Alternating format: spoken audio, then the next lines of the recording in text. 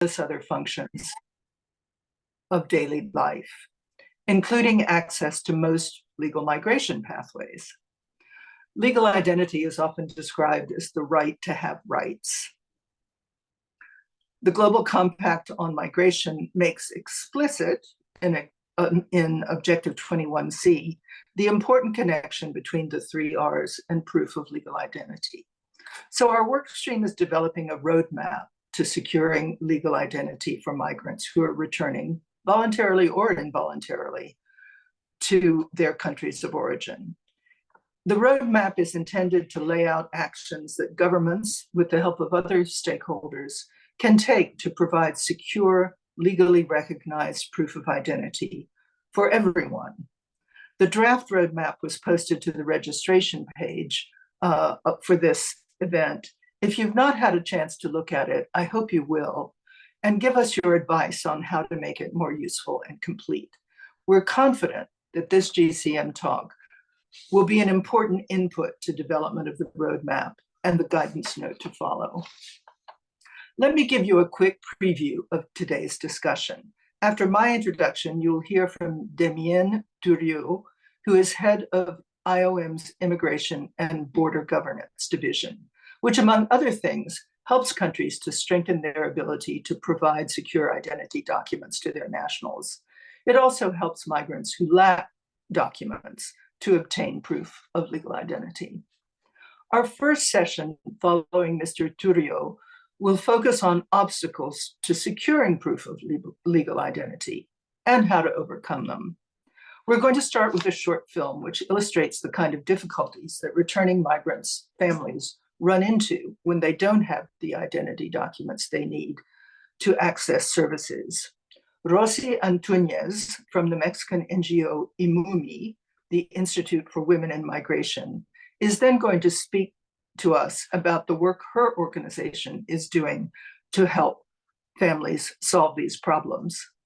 Staying with the Mexican experience, we'll hear from Cynthia Prida Bravo, the co-executive director of the Institute for Mexicans Abroad, which is responsible for the largest network of consulates that any one country has in any other. In Mexico's case, the United States. Of course, there are also Mexican consulates in many other countries, and they're a key resource for migrants. We'll then move to the question of international cooperation on legal identity issues in return and readmission. Jens Godfredsen, our first speaker, is ambassador for migration and returns in Denmark, which is one of the host countries that has been most proactive in seeking to work with countries of origin to facilitate return and readmission. Veliko Lonkovic from the Readmission Department in the Ministry of the Interior in Serbia will discuss their country's experience of developing its legal identity systems while readmitting its nationals. The final set of presentations will address the importance of legal identity in the reintegration of returning migrants.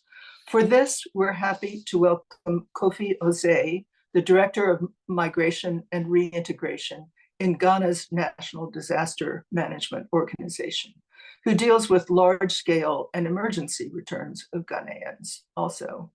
He will be followed by Mina Awol, the Stakeholder Engagement Lead in Ethiopia's National ID Program, and then by Francesca Casato, the Chief of Child Protection for UNICEF in Chad. I apologize to each of our speakers for allowing them only 5 minutes to introduce their topics so that we may engage them in a lively discussion period with you afterwards. Thank you so much. May we see the film?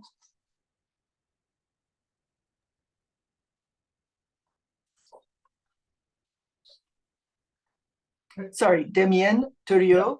Thank you. I'll assume that was for me. Thank you. Yes, and I'm very mindful of what a packed agenda we have, so I will stick to my 5 minutes. Yeah. Thank you very much for that opening, Kathleen. As we know, we have just under 850 million people that are living without legal identity. That's a huge number. And this limits their access to services and it restricts their mobility. By restricting their mobility, it pushes them to undertake longer, more perilous, irregular routes. And this issue, this global identity gap, is not new. Indeed, as acknowledged in the 2030 Agenda, legal identity is an accelerator of the SDGs attainment, It unlocks achievements for other SDGs. And you have mentioned the relevance in the various Global Compact objectives. Focusing on human mobility, legal identity is key because it acts as an enabler of safer and more regular migration. Indeed, regular migration is conditioned upon presenting identity documents issued by national authorities and then considered valid by foreign authorities for admission and stay. And this is not just the typical image of south-north migration. It is also a reality for movements within free movement zones, which, despite their names, still require proof of legal identity. So legal identity and corresponding proof allow migrants to exercise their rights to leave their country. As important, it allows them to access protection, to access healthcare, education, labor markets, and, importantly, to access return. For governments, this is as important as the entry and admission part. Legal identity, as part of effective migration governance, enables a safe, dignified, and rights-based return, readmission, and sustainable reintegration of migrants. As such, robust legal identity infrastructure and processes in country of origin are vital for rights-based return management. Indeed, many migrants lose or have their identity documents destroyed during the migration journey. And this complicates the verification of their identity, including during the return process. In some, without valid identification documents, migrants face numerous challenges when returning to their country of origin. I'm confident that our very qualified panelists, all of them, will develop this further. Let me just highlight 3 of these challenges, looking at different stages. At the pre-return stage, access to legal identity for pre-return is crucial in the determination of one's right to stay. It is crucial for issuing travel documents prior to return, and is crucial for age determination and assessment of the best interest of the child. At the readmission stage, identity management systems, consular support, cooperation among government agencies when the identity is verified, all of this facilitates the readmission process, and then the subsequent issuance of travel documents. I must, of course, at this stage make a quick reference to the IOM-developed electronic case management system, which some of the countries online are either using or interested in, and for which the provision of is an IOM institutional priority to support efficient and rights-based readmission processes. And then the third point, post-return. Proof of legal identity is key in accessing post-arrival referral and assistance, as well as longer-term support such as reintegration support, access to rights and services in the country of return. As the co-lead on the UN Network on Migration workstream on promoting safe, dignified, and rights-based return and readmission and sustainable reintegration, we really welcome this GCM talk. It will further feed the reflection around legal identity in the context of return. Hopefully, it will shed some light on good practices for the benefit of member states, for the benefit of the practitioners, and importantly, for the benefits of the migrants. As you know, the workstream has already developed a checklist to guide the implementation of Objective 21. And when it comes to legal identity specifically, during the return continuum, this checklist stipulates that migrants should not be required to show proof of nationality or legal identity to access basic services, that migrants should be able to access consular services and assistance, that the returnees should be able to procure and maintain national identity documents and civil registration, and finally, that migrants should not be forcefully returned if there is any dispute about their nationality, about their identity, or without a travel document. The upcoming guidance coming from this meeting will inform our discussion today and is a key deliverable for the work stream. Together with the other co-leads, UNICEF, UNHCR, and PI, and importantly, the extended membership of the work stream, many of whom are attending today, we will continue to support member states in implementing Objective 4 and 21 of the GCM, and I'm very happy to exchange with you on this important topic today. Thank you for attending, and I pass the floor back to you, Kathleen, for introduction of the next panel.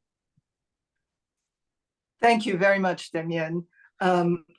We are having a few technical problems with the film that was to be shown right now, so I am going to ask Rosy Antunes to speak to us for her 5 minutes and perhaps preview the film, which I hope will be in stream by the time she is finished speaking. So Rosy, may I invite you to take the floor? Yes, thank you, Kathleen. I will be speaking in Spanish since I see there's some people from my country here connected in this panel. So, mi nombre es Rosy Antúnez, vengo del Instituto para las Mujeres en la Migración. Somos una organización de sociedad civil que trabajamos en el acompañamiento, la defensa y promoción de los derechos de las mujeres en contextos de migración. Específicamente, siempre me gusta también recalcar la importancia de estar en estos espacios como mujer indígena retornada después de una vida de después de una experiencia de vida indocumentada en Estados Unidos. Esto porque la relevancia de estos espacios es que seamos nosotras, las mujeres retornadas, que podamos colocar los temas que nos competen y que nos están atravesando en la vida cotidiana a nivel personal, pero también desde la estructura familiar y sobre todo pues desde una estructura más amplia que es la comunitaria. Nosotras, desde el bloque latinoamericano, una red de organizaciones que trabajamos en la región en el tema de retorno, deportación y la integración de las familias, hemos detectado la necesidad de hablar sobre el acceso a los derechos a la identidad.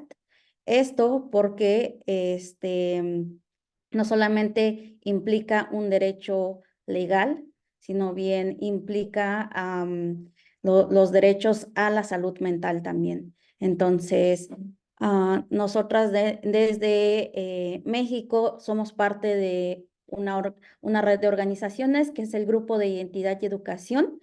Así nos pueden encontrar en X, lo que anteriormente era Twitter, y trabajamos en la incidencia a los marcos normativos existentes, pero también en la promoción de nuevos marcos normativos que puedan defender los derechos de las personas en materias de identidad y educación.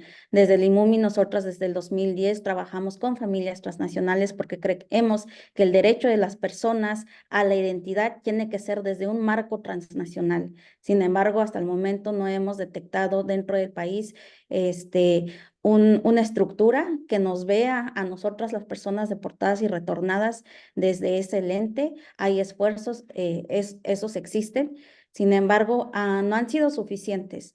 En el caso específico de nuestra línea de trabajo en México, estamos trabajando por la eliminación del requisito de la apostilla. Lo hemos tenido que hacer nosotras, no viene desde el gobierno, sino viene de nuestras comunidades migrantes en el exterior, pero sobre todo de las comunidades de familias transnacionales ya residiendo en México, porque algo que es necesario mencionar es que la deportación y el retorno no es una situación efectual del momento, sino bien una situación de procesos que te lleva años en poder integrarte a la sociedad, justo porque no existen marcos normativos que te puedan integrar de manera fluida al país después del retorno y deportación. No es suficiente un boleto de autobús a las comunidades de origen, sino bien es necesaria toda una infraestructura social que acompañe no solamente a la persona que es deportada o retorna, sino bien a su familia entera.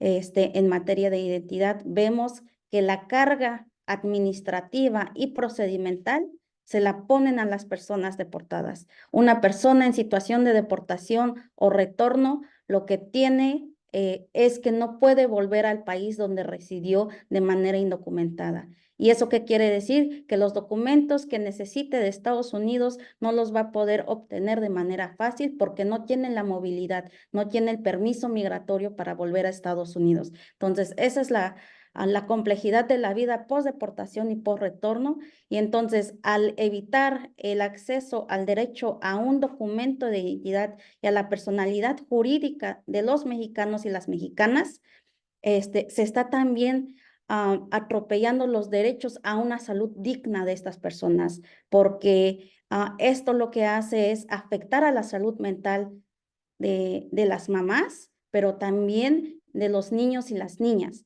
Entonces, aquí lo que nosotras desde el IMUMI y sobre todo desde el bloque y el Grupo de Identidad y Educación siempre exigimos es poner por sobre todo el interés superior de la niñez, y es algo que no estamos viendo hasta el momento.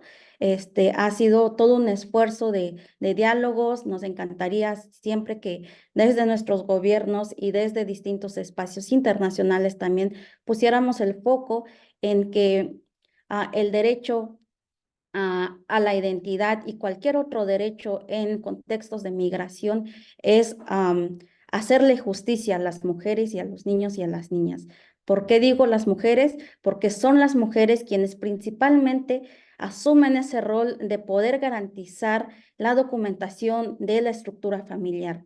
Entonces, nosotras cuando escuchamos desde nuestro país en México, la Cancillería decir que tenía una perspectiva feminista del trabajo exterior, pues nos alegramos bastante.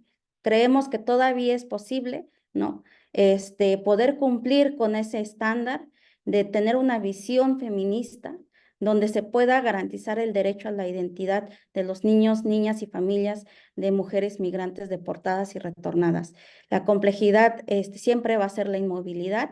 Sin embargo, hay toda una estructura de gobierno que puede hacer posible esto, porque al negarlo, pues estaríamos atropellando también el derecho a la educación, a la salud, pero sobre todo al derecho jurídico que tienen las personas mexicanas por el simple hecho de ser mexicanas, aún habiendo nacido en el exterior.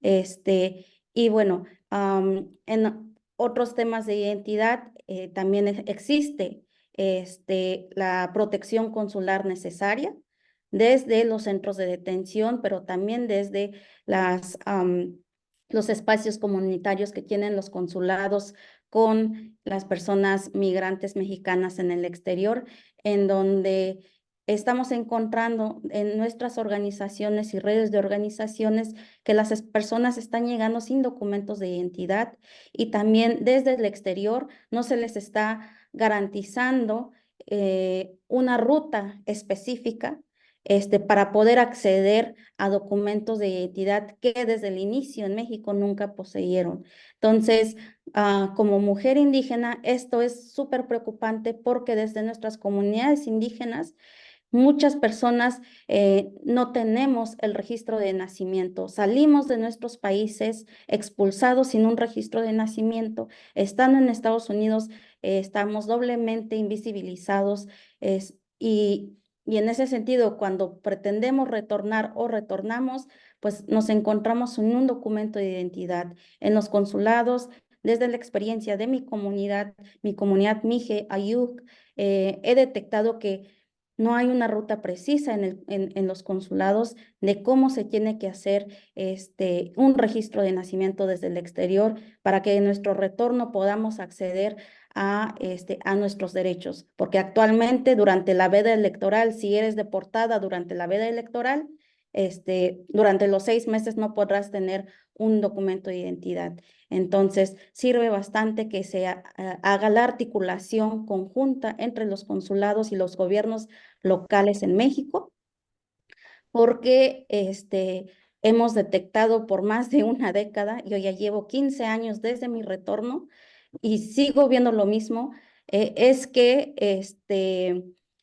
hay una inexistencia de rutas específicas para las personas desde el exterior cuando sí están planeando su retorno, pero también hay una inexistencia de intercomunicación entre el registro civil, que se supone que garantiza los documentos de identidad a las personas mexicanas, con los consulados. Entonces nos estamos encontrando con consulados que nos dicen que ellos no tienen la facultad de poder hacer esa vinculación para las personas. Y entonces lo que sucede es que se está dejando la carga administrativa y burocrática de nueva cuenta a las personas. A las personas se les dice que ellos tienen que ir a México hacer los trámites, aun cuando esta persona está de manera indocumentada en Estados Unidos. Entonces, la problemática del tema de identidad no inicia en el momento efectual, como lo mencioné, en el momento que te deportan o retornas, sino bien desde Estados Unidos, desde el momento que estás planeando regresar o bien desde el momento que simplemente quieres acceder a un documento de identidad como persona mexicana. Entonces, ese es el panorama que tenemos nosotras, las personas mexicanas, mujeres e indígenas, bajo el contexto de una vida indocumentada, pero sobre todo bajo el contexto de la inmovilidad, porque se dificulta aún más poder cumplir con los requisitos cuando no tenemos la movilidad. Las personas indocumentadas no pueden ir a México a obtener los requisitos que se necesitan. Las personas y sus familias estando en México no pueden volver a Estados Unidos por la falta de un permiso de tránsito hacia Estados Unidos. Entonces, Rossi, may I please ask you to finish up? yeah, definitely. Simplemente quiero mencionar que es necesario que podamos hacer esta articulación entre los diferentes actores, porque es a partir de este diálogo multiactor que podemos hacer estas propuestas, estas recomendaciones desde las bases, desde nuestras familias y sobre todo desde las propias mujeres, niñas y niños que están siendo atravesadas por la falta de estructuras precisas, concretas y tangibles para el acceso al derecho a la identidad. Thank you. Thank you very much. Rossi, I've allowed you to go on beyond 5 minutes because we're having trouble with the video, unfortunately, but every cloud has a silver lining. It meant that we were able to hear more from you. We'll play the video later if we have time, but for now, I would like to switch to Cynthia Prida Bravo for a view from the Institute for Mexicans Abroad. Cynthia, thank you very much for joining us. Oh, thank you so much for inviting us. After hearing Rossi, I think I had many ideas that could be implemented. But first of all, I'm going to switch to Spanish as well for the same reason Rossi mentioned. I think it's very useful. Muchísimas gracias, Kathleen, por invitarnos. La verdad es que es muy importante ser parte de este GCM Talks. Rosy, todos los puntos que señalaste son importantísimos. En muchos de ellos ya estamos trabajando.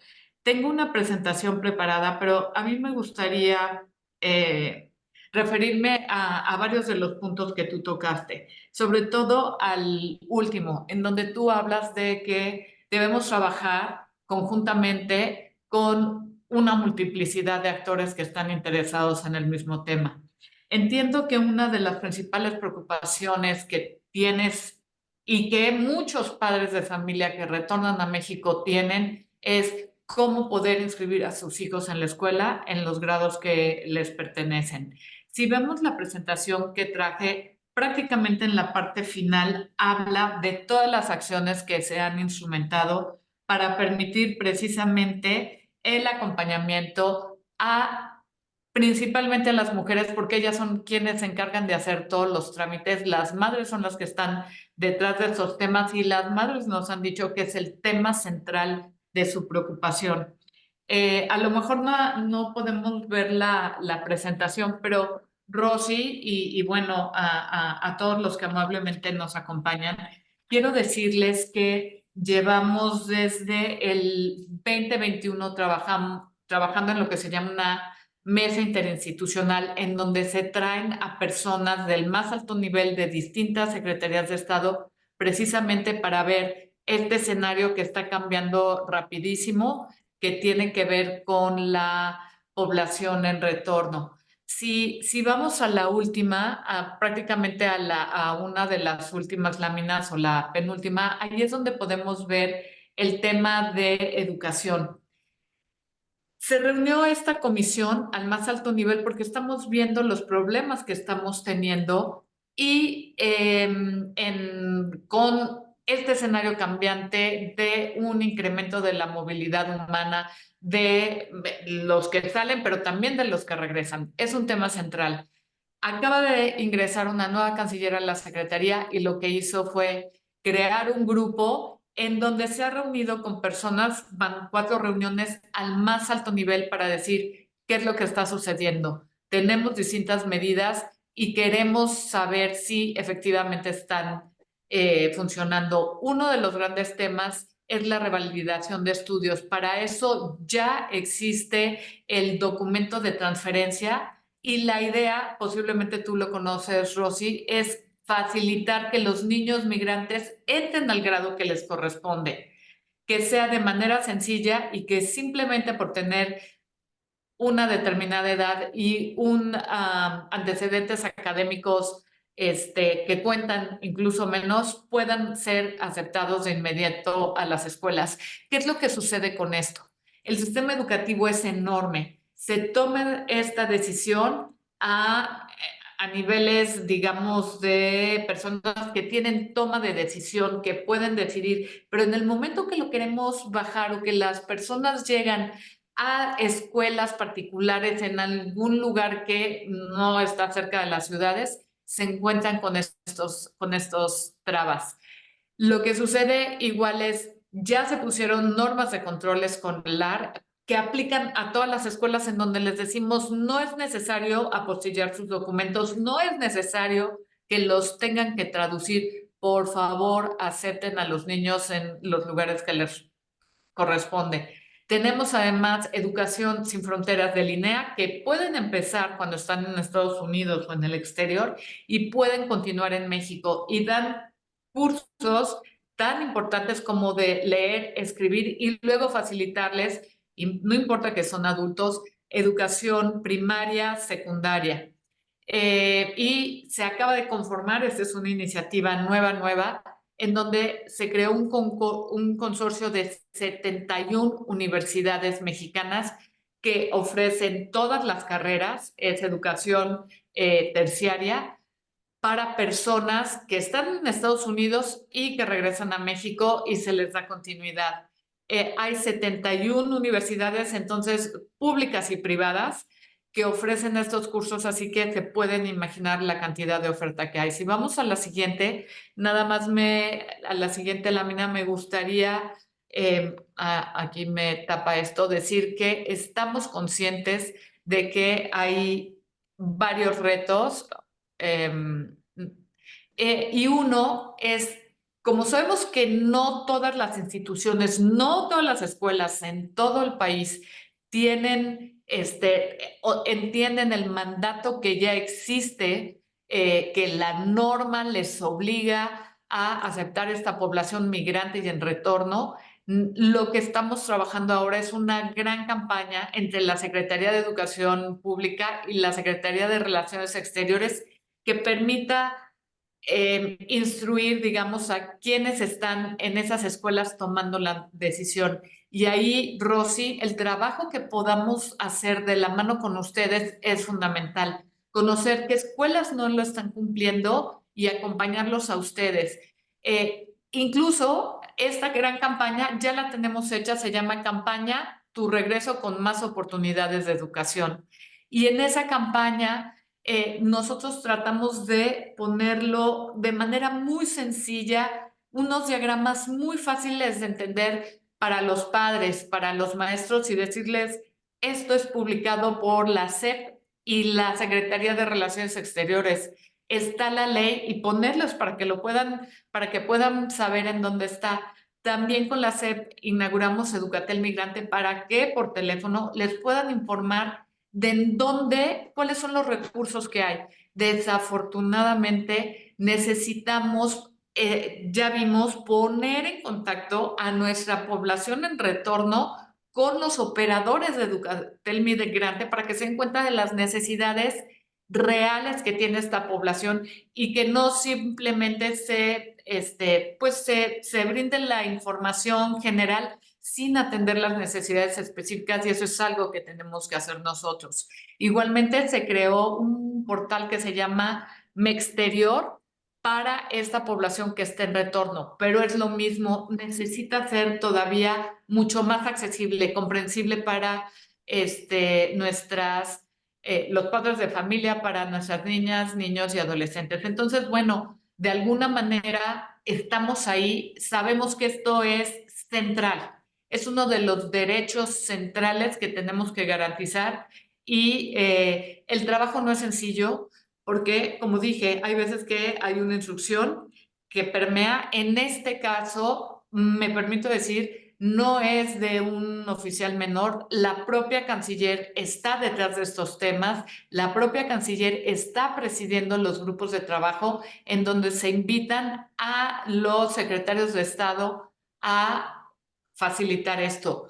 Empezaron las reuniones a partir de que ella tomó posesión hace 8 meses, pero no han sido trabajos ininterrumpidos porque sí se les concede la mayor importancia. Y no sé si puedo ir brevemente al principio de esta presentación en donde hablamos sobre el RFC. Se está trabajando para que ya se pueda obtener desde nuestras representaciones en el exterior antes de que viajen, con el fin de que si quieren realizar cualquier actividad económica, pues necesitan el registro federal de contribuyentes, que lo Thank puedan you. tener de manera sencilla. Thank you very much, Cynthia. That's for those very constructive remarks. And I'm happy to say that I think we now do have access to the video, which will illustrate the points that that you and Rossi have been making. Many, many thanks. And can we run the video now, please? It's only 6 minutes.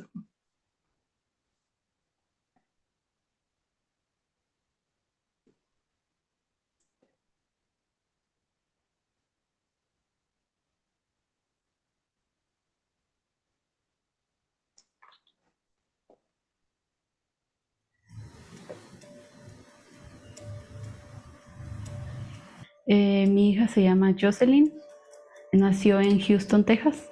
En las escuelas se le ha dificultado un poco para que pudiera ingresar.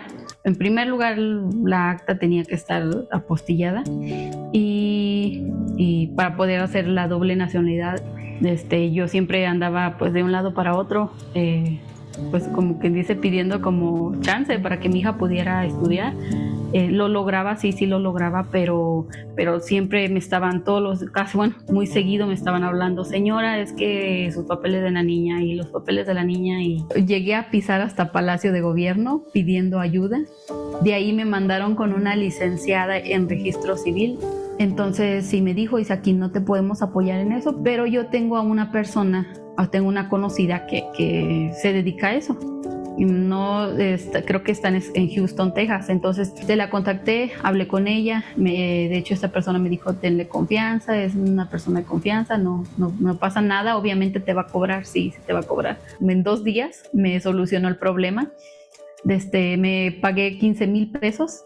15,000 pesos pagué para que me pudieran hacer desde Estados Unidos, directamente me hicieron el registro. Ella ya solamente me mandó la CURP y la acta de nacimiento mexicana. Y pues ya, o sea, ahí se acabó el problema.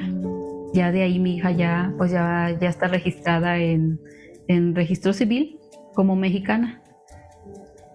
Y yo pienso que las escuelas deberían de apoyar a niños como mi hija, porque yo sé que hay más niños, no es la única.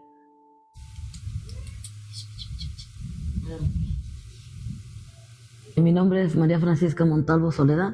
Estuve aproximadamente 17 años en Estados Unidos. Ellos los 3 son nacidos en la ciudad de Galveston, Texas. Si yo voy a la escuela, la dificultad que yo he tenido es que no me lo quieren recibir en la escuela. No me lo quieren recibir, me la niegan porque yo necesito un acta que diga que el niño es de aquí, o por lo menos que tenga una doble nacionalidad. Ese fue el primer problema, porque como no tenía las actas de apostilladas de ellos, es difícil. Al yo no ser de allá, no tienen posibilidad de poder estar allá y poder obtener, ni quien me pudiese ayudar a poder obtener esa acta. como que ya mejor te haces a la idea de, bueno, pues no voy a tener ningún documento y te haces a la idea de que pues mis hijos no van a estudiar. My name is Joanna Molina. I am 17. I was born in Galveston, Texas. Well, I've just been chilling with my family. I haven't done much. I haven't gone to school. I haven't been to school for 2 years, a little bit more, going into 3. Every kid should have the right to go to school, and it doesn't matter where they're from. Mi niño apenas comenzó en este curso, me lo negaban, ¿me entiende? Pero perdió 2 años de escuela, 2 años de escuela perdió. Ahora está comenzando, pero por el requisito y gracias a que pudo obtener su documento sin la apostilla que se eliminó aquí en Tlaxcala. Si no, todavía estuviera sin estar yendo a la escuela. Bueno, yo me llamo Norma Mendieta, soy la directora del Centro de Atención a la Familia Migrante Indígena, ubicada en el estado de Tlaxcala. Desde el 2015 empezamos a recabar testimonios, a ubicar la problemática, familias que tenían años sin poder acceder al reconocimiento de la nacionalidad mexicana por no contar con el acta de nacimiento apostillada. Otra vez, un trámite administrativo está por encima de tu derecho como persona. ¿Qué es la apostilla? Es un sello que coloca la autoridad que emitió el documento, que lo que hace es certificar que quien firmó y selló el documento tiene la atribución legal para hacerlo, que por tanto ese documento no es falsificado. Eso es, ¿por qué se convierte en un obstáculo? Porque ese sellito no lo puedes obtener en ninguna parte aquí en el país. Imagínate una persona que fue deportada de los Estados Unidos, obviamente no puede regresar para recuperar el documento en los Estados Unidos. Emocionalmente, imagínate, es un desgaste. Primero para las mujeres, que son las madres, que quienes siempre están de dependencia en dependencia buscando cómo resolver la situación de sus hijos y enfrentan la violencia institucional, la indiferencia, la discriminación. Y para los niños, pues es sentir que les habían dicho que este también era su país y ver que cuando llegan aquí, pues definitivamente no están siendo visibilizados. Fue un año de sí, no, aquí, allá, y al final sí se logró. ¿Qué se logró? Lo que en Tlaxcala se llama el programa de dispensa de la apostilla. Y lo que queda ahí establecido es que se exenta de presentar el documento apostillado cuando las familias, las personas, no tengan una forma material de poderlo obtener, no cuenten con ese requisito. Quienes formamos el Grupo de Identidad y Educación, que somos 17 organizaciones que trabajamos en distintos territorios del país, ya hemos estado haciendo mesas de trabajo en otros estados para que esto se vaya aplicando en otros lugares, no se quede solamente en Tlaxcala, pero necesitamos que esto trascienda a otros estados porque están siendo afectadas la vida de cientos de miles de niñas, niños y adolescentes. Ese va a ser un trabajo que, pues, ¿cuánto tiempo más nos va a llevar? No lo sabemos, pero que no vamos a dejar de hacer.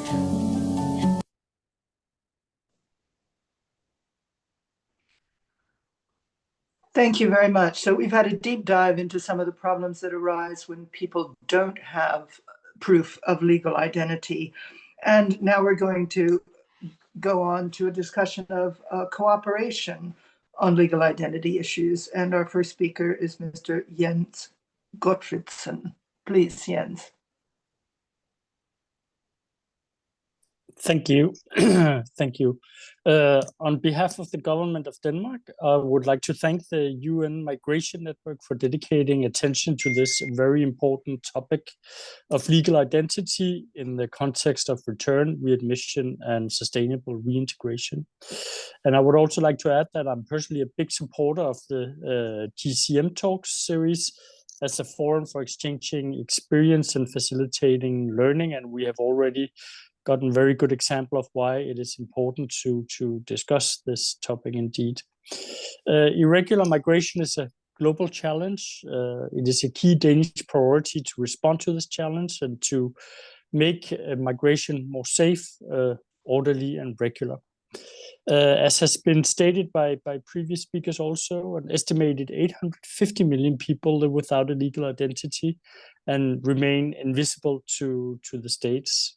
And that is around every 10th person in the world who are unable to access public services.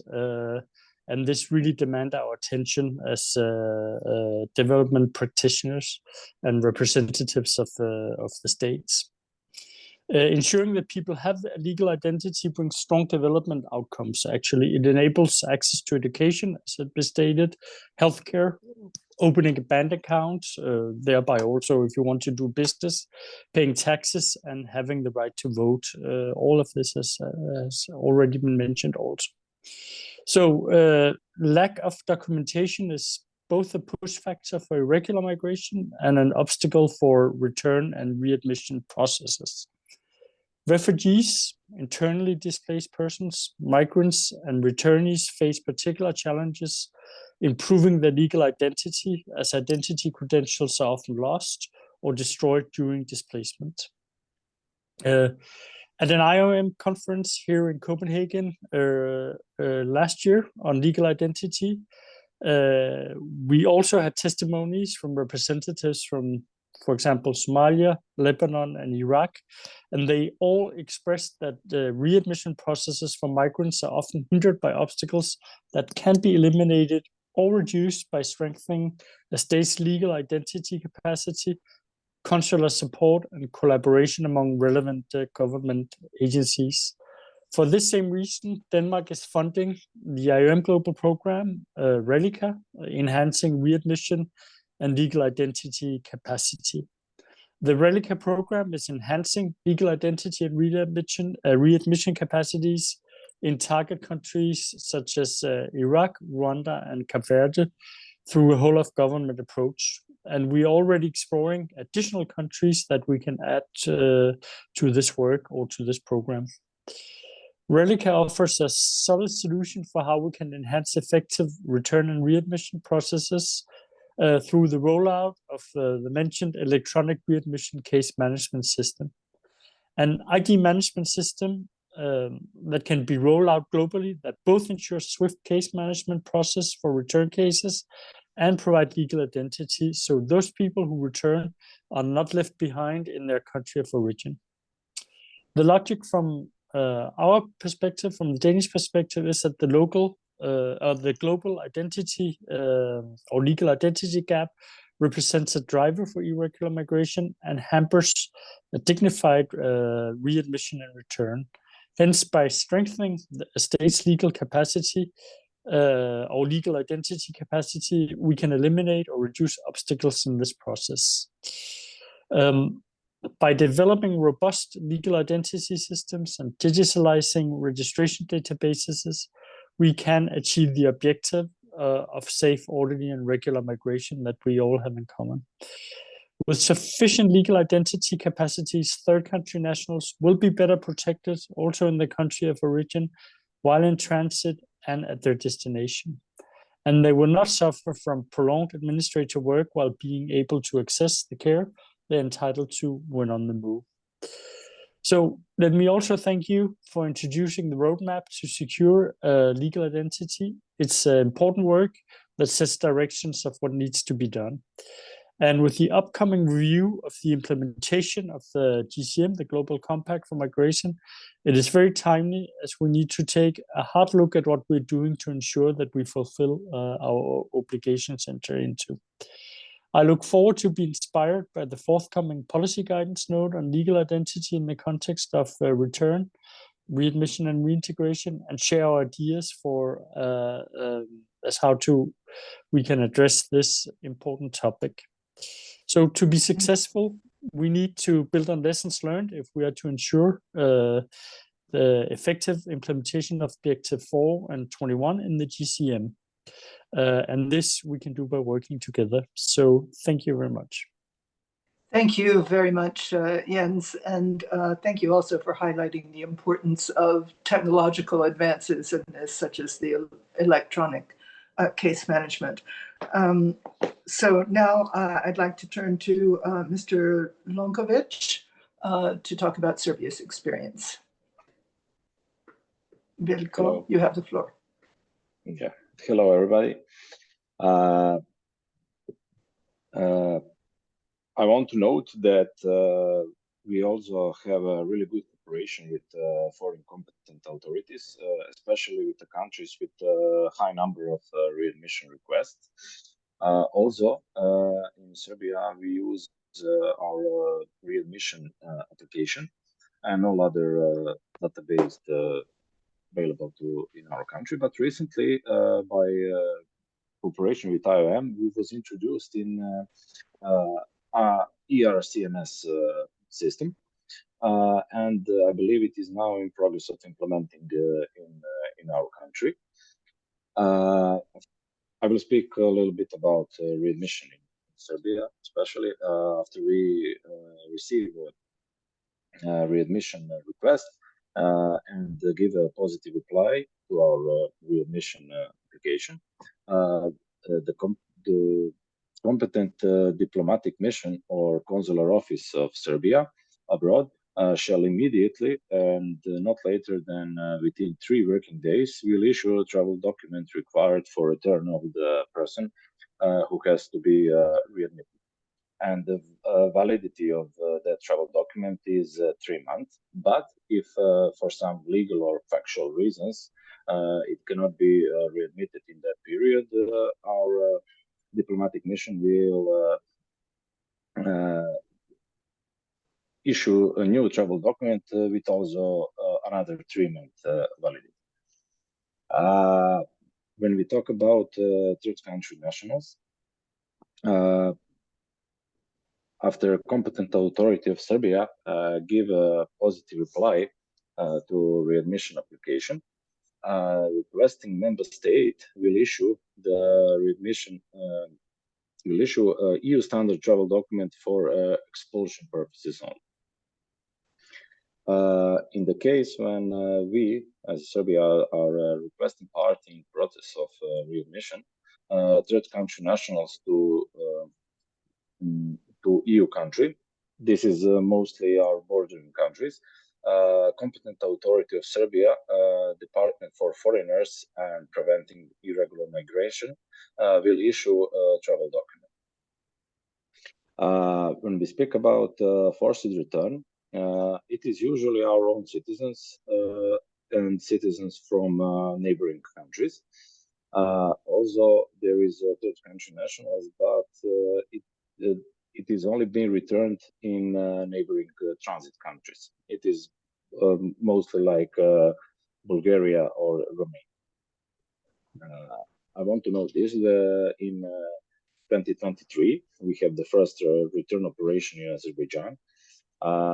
When we received positive answers from Azerbaijan side, we contacted their embassy in Belgrade, and in a short time, they issue us a travel document for return.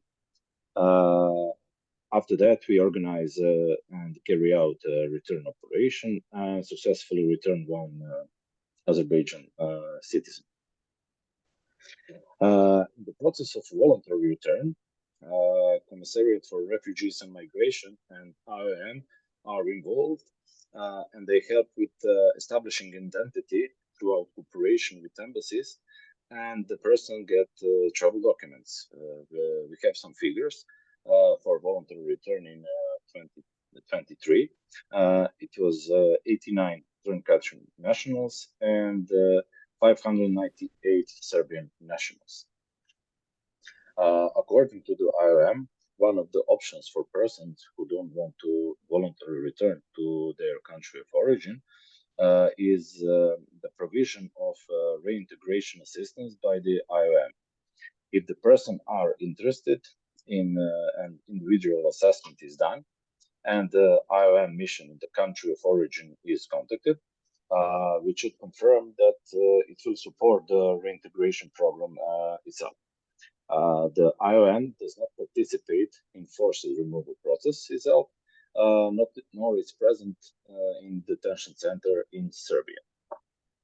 According to the IOM, there is plans for sessions with the members of Ministry of Interior, which will focus on the availability of information about AVRR, even with the police officer who actually work in detention center, because voluntary return is always the best solution to the sustainability.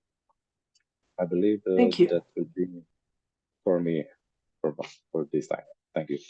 Thank you very much. And you've provided a perfect transition into our next discussion. We thank you for showing the complexity and the details involved in these return and readmission operations.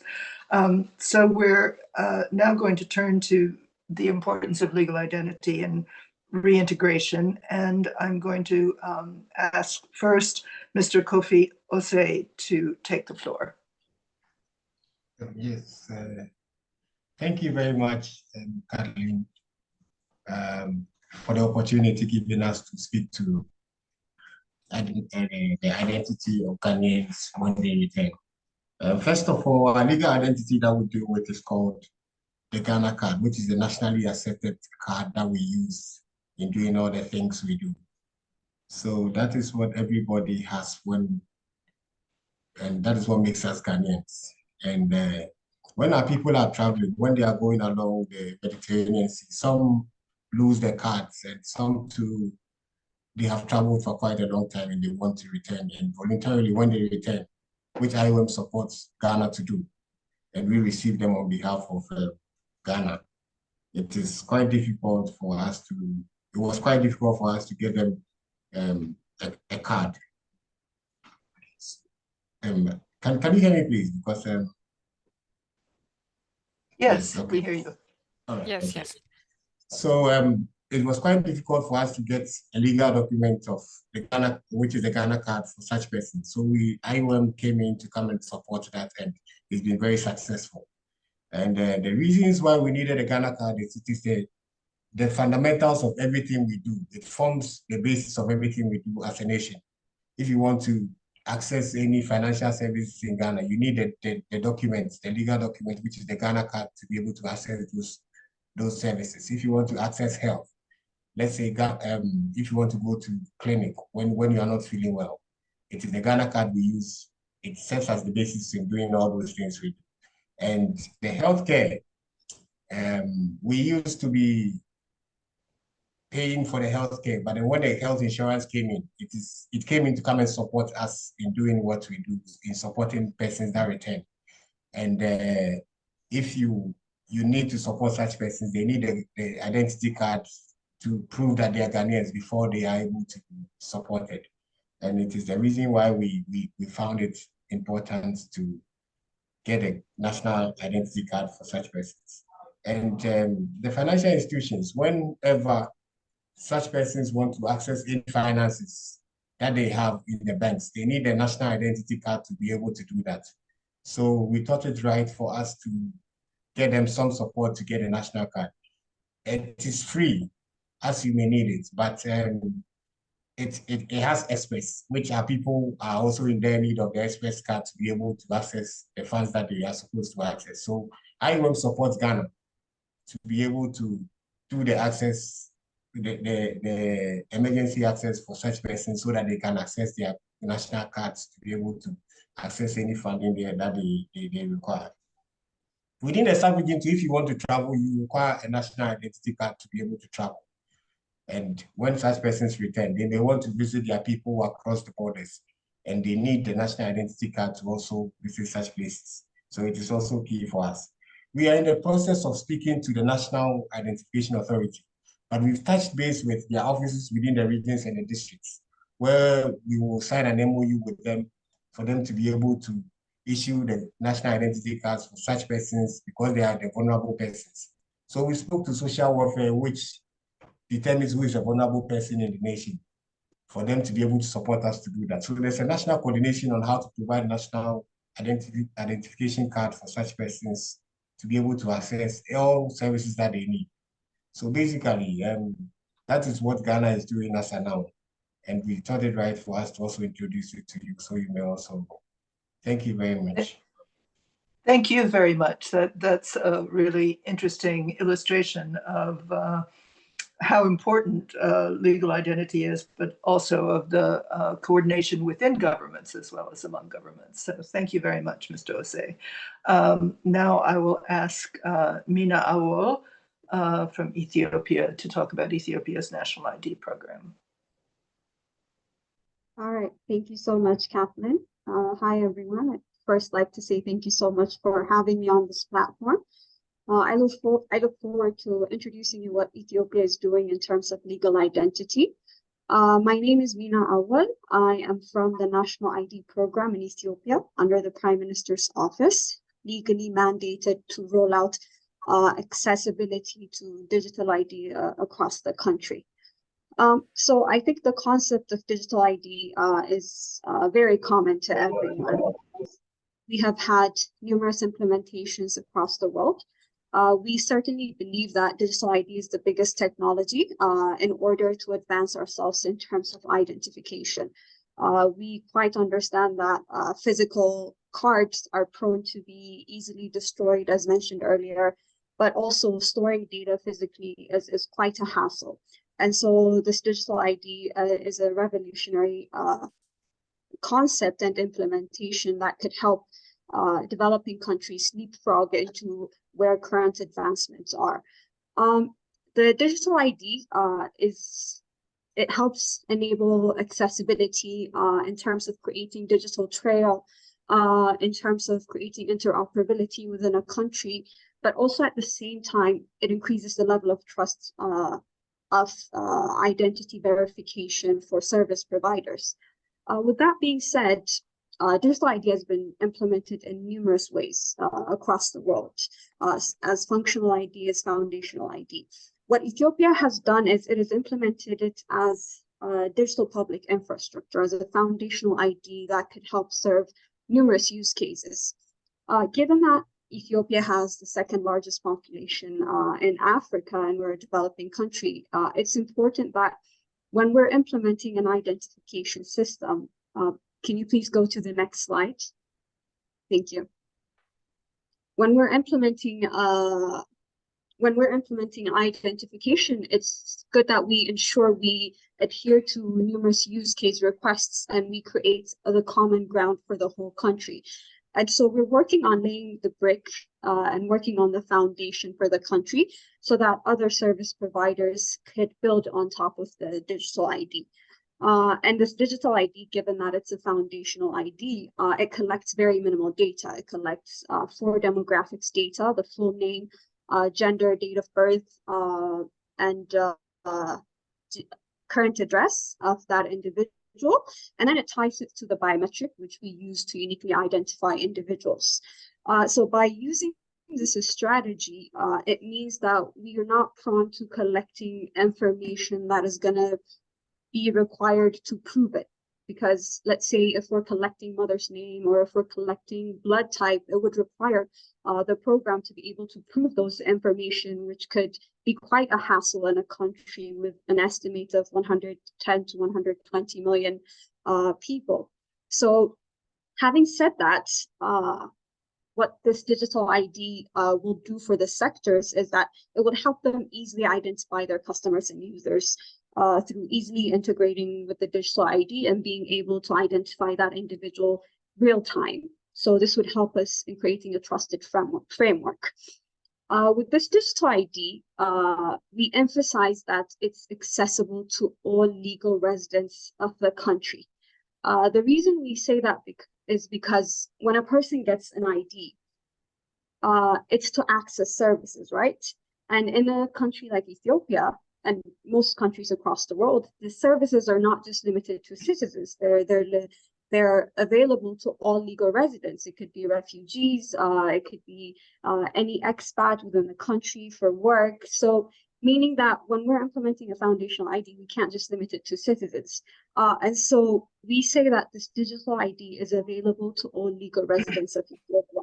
And it's also good to mention that in a country like Ethiopia, where a majority of the population lives in rural areas, it's also quite hard to prove their citizenship. So by being more inclusive and focusing on residents rather than citizens, then it means that we give this digital ID to, it's more accessible to the population within the country.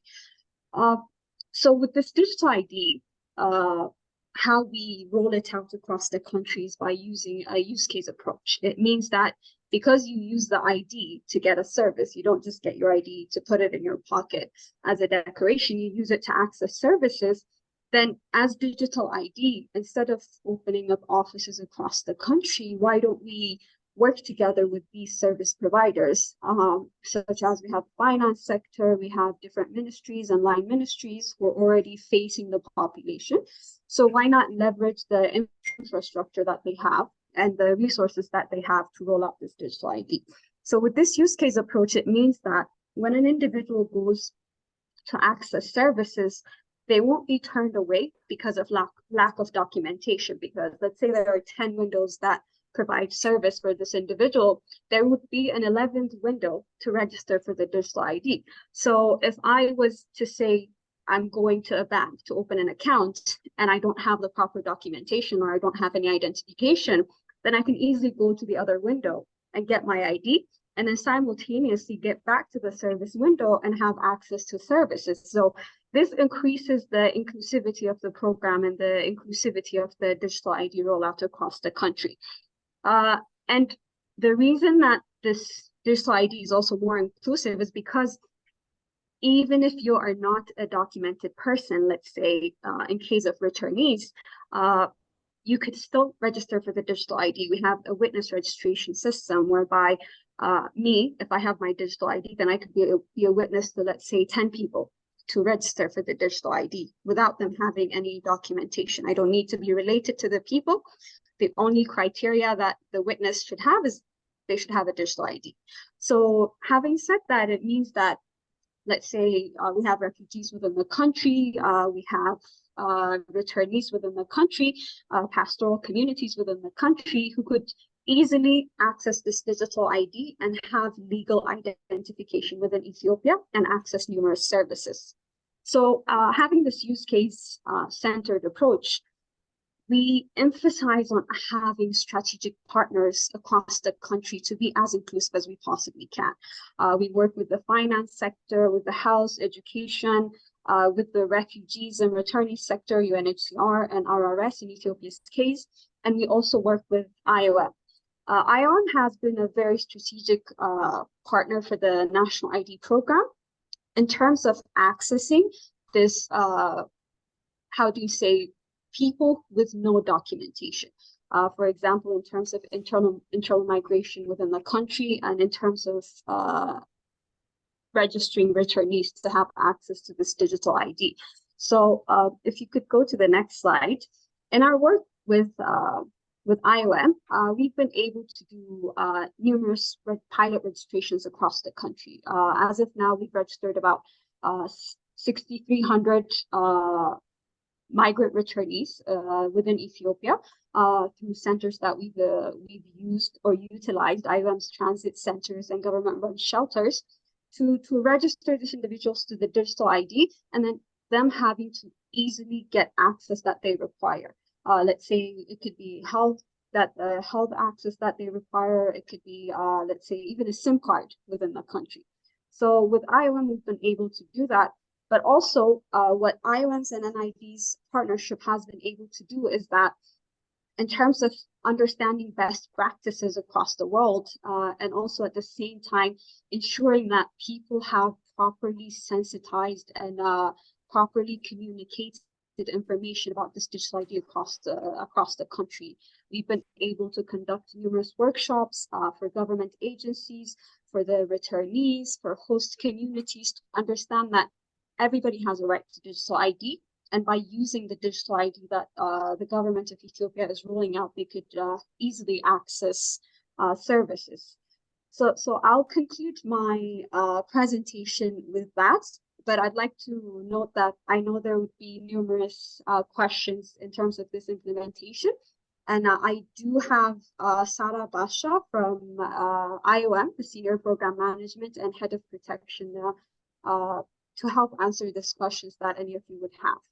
So thank you very much. That that was a excellent example of possibilities and good practices, and we thank you for it. Our final panelist is Francesca Casato from UNICEF Chad. We're rapidly running out of time, and I hope we'll have time for at least a few questions. So please, Francesca.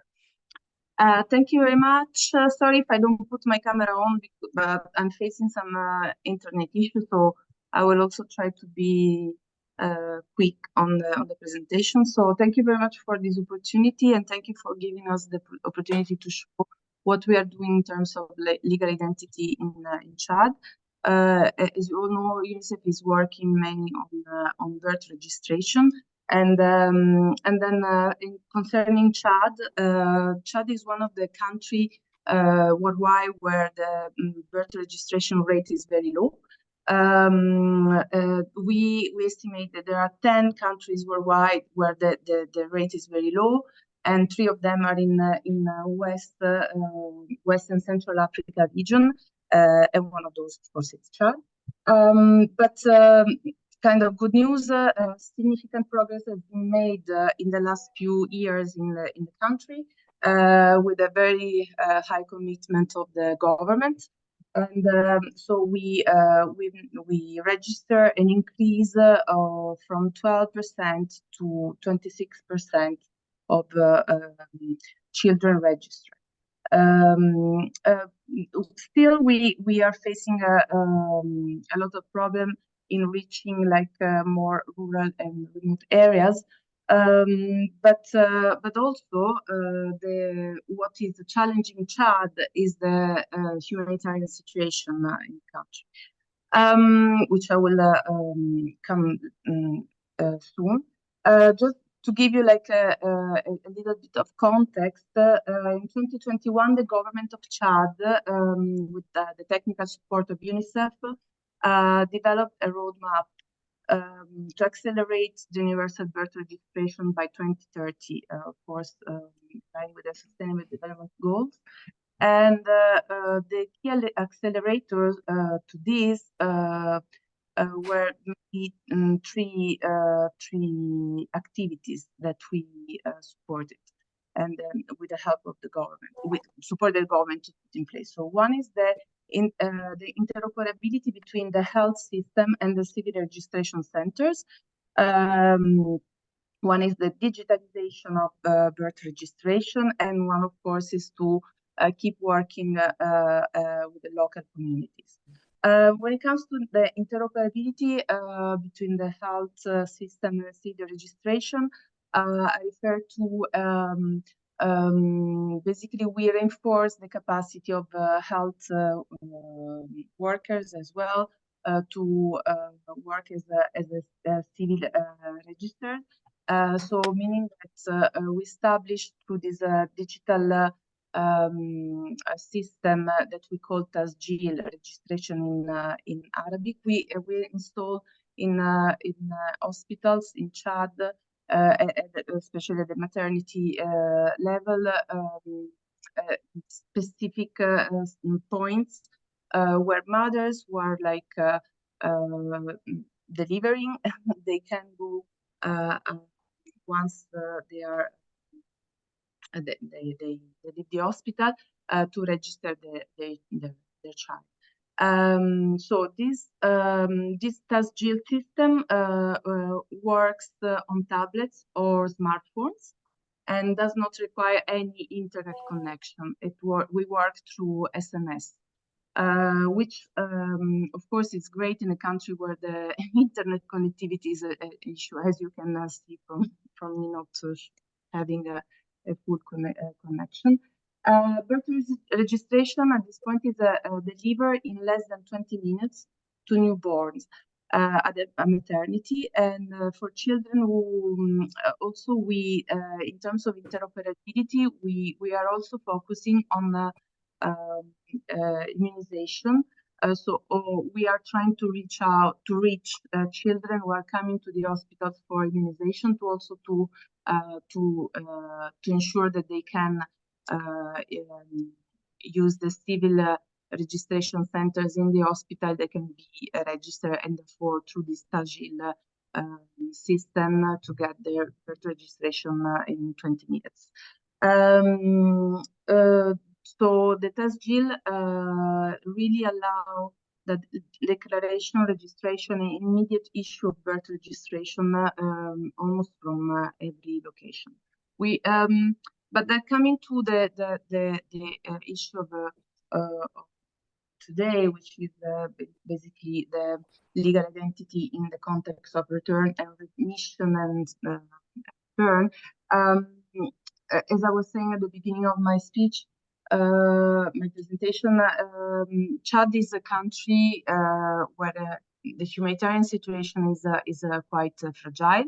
And in April 2023, we faced the arrival of refugees and returnees, so Chadians from Sudan, who were crossing to Chad because of the conflict in Darfur, in Sudan and mainly in Darfur. So that's why we saw an opportunity to apply this TAGIL and the interoperability to the humanitarian situation. And we, since April, we are operating in 3 areas, in 3 provinces, bordering with Chad, with Sudan. And so we were able, since 2023, to reach, to install those, first we install mobile teams, because as I was explaining, these are very light systems. We don't need internet, we just need a smartphone or tablet, and that's it. And then we were able to reach 4,517 children, refugees and returnees, newborns, who obtained their birth certificate in real time. We are extending now in the other 2 provinces that we are covering. We keep working on with mobile teams, but we are also we identified clinics more than hospitals, because there are not hospitals in that area, where we are installing the stations with the TAGIL system for the issuing of birth registration on the spot. So mainly we are working in coordination with UNHCR and IOM, and we really, I mean, the birth registration, it's I heard other previous guests speaking, and basically I'm not going to focus much on repeat what they already said. Yes. But birth registration is important. Thank you, Just like- Francesca. I'm afraid we're out of time, so if you had one more point, please conclude. Just to say that birth registration is a protection mean for children, which also reduce the separation of children and help in terms of reunification of children when it comes to humanitarian situation. Thank you. That's a great illustration of birth registration in the most difficult circumstances. Thank you very much for your comments. We have just a very short time now for questions from the floor. I'm going to ask the interpreters for their indulgence to allow us to go on for 5 minutes or so beyond 11:30 if you have time to stay. And let me invite first question from the floor. I see one from Luis Angela Andarcia. If you would please unmute yourself and ask a brief question. Ms. Andarcia, please go ahead. Sí, Sí, muchísimas gracias. Quisiera en realidad consultarle si también es la oportunidad para, más que hacer preguntas, realizar algunos comentarios generales.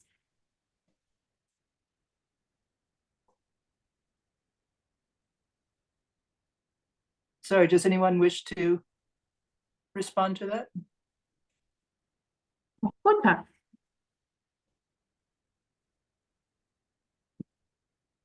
¿Me escucha? Yes? Yes, we can hear you. Please go ahead. Sí, quisiera, por supuesto, agradecer a la Red de Naciones Unidas sobre Migración por la preparación de este conversatorio y además, naturalmente, los oradores que me han precedido por la información y las experiencias tan ilustrativas que nos han proporcionado. Y quisiera aprovechar la oportunidad para ofrecer una visión, digamos, gubernamental desde el punto de vista de gobiernos de países de desarrollo, de algunos países en desarrollo, que creo podría contribuir a, digamos, a una comprensión más integral sobre lo que hemos discutido hoy. Es claro para mi país que la garantía de la identidad de los migrantes y ciudadanos retornados es un pilar fundamental para el ejercicio de los derechos humanos y la integración socioeconómica efectiva. El derecho a la identidad no solo es necesario para la participación ciudadana y política y el acceso a servicios básicos, sino que es esencialmente el reconocimiento de la existencia de una persona ante la sociedad y el Estado. Y por supuesto, si el derecho a la identidad, los migrantes y retornados se ven invisibilizados y privados de derechos y oportunidades. Entonces, en particular, desde los países en desarrollo, en un esfuerzo por fortalecer los sistemas de registro civil, administración e identidad, estos países se encuentran frecuentemente, como sabemos, en una posición desventajosa debido a limitaciones de recursos, debido a la limitación de infraestructura tecnológica suficiente. Would you please conclude? Please conclude. Please ¿Me escucha? conclude your comment. Sí, bueno, muchas gracias. Terminaré tan pronto. Voy a ser breve. Entonces, desde nuestro punto de vista es fundamental tres cosas. Lo primero es asegurar la facilitación de la cooperación técnica y financiera internacional para los países en desarrollo con el fin de modernizar nuestros sistemas de registro. Y en esa misma línea es necesaria la erradicación definitiva de obstáculos a la cooperación internacional, en la forma de medidas coercitivas unilaterales que sin duda alguna impactan directamente en la capacidad de Estados para garantizar el derecho a la identidad, especialmente en este contexto de la migración y reintegración. Entonces, estamos seguros de que esas acciones redundarán en el fortalecimiento del diálogo internacional para la facilitación de las plataformas de diálogo regional y de la cooperación, pues que permita a los países en desarrollo compartir mejor sus experiencias, sus desafíos, sus retos. Muchas gracias. Muchísimas gracias por su paciencia. Muchísimas gracias. Hasta luego. Thank you. Could we take the next comment or question? I think that UNHCR wanted to make a comment. Are you there? Yes. Thank you, Sam. Can you hear me? Yeah, sorry. Yes. Thanks a lot. And thanks to all the speakers. This was actually a very rich debate. Maybe just three points from UNHCR perspective. First of all, as we heard in particular from the colleague in Ethiopia and Chad, of course, the proof of legal identity is critical for refugees as much as for migrants. But of course, there are a number of specific and challenges.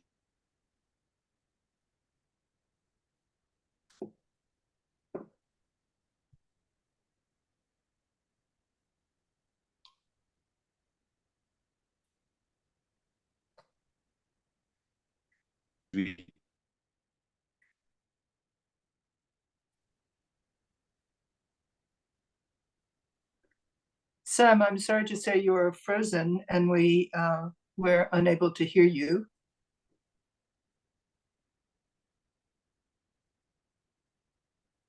Yeah. I'm sorry, perhaps you can try again. I will look for you.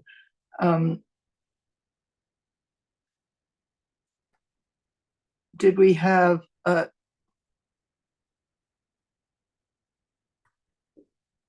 sorry, did we have another comment? Is there an additional comment from UNICEF?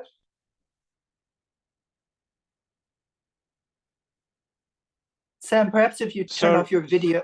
Yeah, please go ahead. Sorry, I got interrupted. No, I was just highlighting the specific challenges for refugees when it comes to proving or obtaining legal identity in the host country, because of course they are facing particular issues when it comes to proving their identity in so far as they, for example, cannot go back to their consulate to get these documentations. But quite importantly, I think was what was highlighted by the colleagues in Ethiopia in particular is that it's not only a matter of accessing rights, it's also actually accessing any types of facilities in the host or the country of origins, including in terms of opening a bank account or even validating a SIM card for a phone. I think this should also be reminded. Now, I was very inspired and happy to hear about the innovative practice in Ethiopia regarding digital ID, which was actually reflecting a very inclusive approach. Maybe just to refer to another example, which is also quite innovative in the same spirit, is the electronic digital identity document, which was issued to Ukrainian refugees in Poland, which was actually the first fully digital residence permit in the EU. This was established in 2022 with very, of course, practical implications when it comes to, of course, accessing services or even moving between EU member states. As very often, of course, one of the other challenges is not only obtaining ID proof, but also making sure it's recognized by the relevant authorities. And this proved to be a very good example in this regard as well. Thank you very much. Thank you very much, Sam. We have a question in the chat, and I think I'll take this one as it would be a good way to wind up our conversation. And the question is, what are the next steps of this work stream on legal identity and return, readmission, and reintegration? Well, the immediate next steps are, as I've mentioned, to finalize a roadmap of actions that can be taken by governments and assisted by other stakeholders to make legal identity documents or digital proof available to everyone. And I would very much welcome your comments and suggestions on the roadmap. I think already adding more content on the role of technology would be useful. You can either give your comments to the UN Migration Network Secretariat, who will forward them to us, or give them to me directly at knewland@migrationpolicy.org. That's KNEWLAND @migrationpolicy.org. And then we will develop, as I said earlier, a guidance note which will be circulated on this topic. So with that, I think our time is up. I'd like to very much thank our panelists and all of you for participating in this discussion. And I'd like to thank the other co-leads for this work stream from IOM and UNICEF and UNHCR, as well as the Secretariat and of course MPI. I'd like to especially thank Melis Labelle from IOM and Flora Bruinsma and the members of the Migration Network Secretariat who have provided all the support for putting this talk together. And again, thank you, and thanks to our panelists. And a very good day to you all. Thank you. Thanks a lot, Kathleen. Thanks to all the participants. Thanks, Kathleen. Thanks all presenters and everybody around the table. It was really insightful. Bye. Thanks all.